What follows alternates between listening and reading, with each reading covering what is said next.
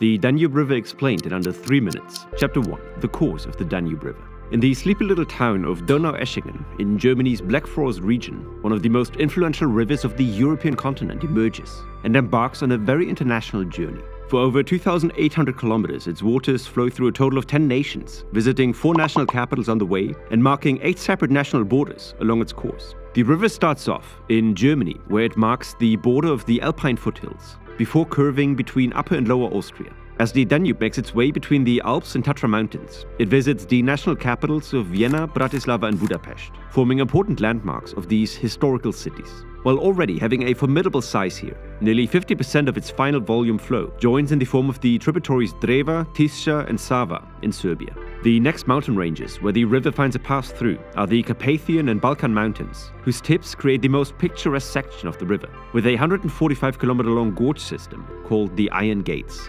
The lowland plains of Romania and Bulgaria now channel the majestic river northeastwards until the Danube dissipates in a vast wetland region into the Black Sea. Chapter 2. Infrastructure on the Danube. The steep natural gradient in the upper section makes the Danube a prime source for hydropower.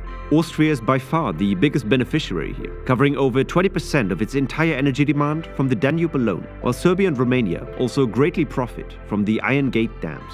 The desire to exploit the water's power has drastically shaped the Austrian and German section of the river, where for the first 1,000 kilometers, a dam can be found approximately every 16 kilometers. A series of locks in these sections has protected the river's navigability, however, and from the German town of Kelheim, an incredible feat of engineering in the form of the Rhine-Main-Danube Canal actually turns the Danube into a trans-European waterway, connecting the North and Black Sea. In 1992, after 32 years of construction, the 171-kilometer-long canal was finished, with a total of 16 locks, which lift vessels a total of 175 meters above the European watershed, before being lowered 68 meters on the other side, connecting it to the Danube.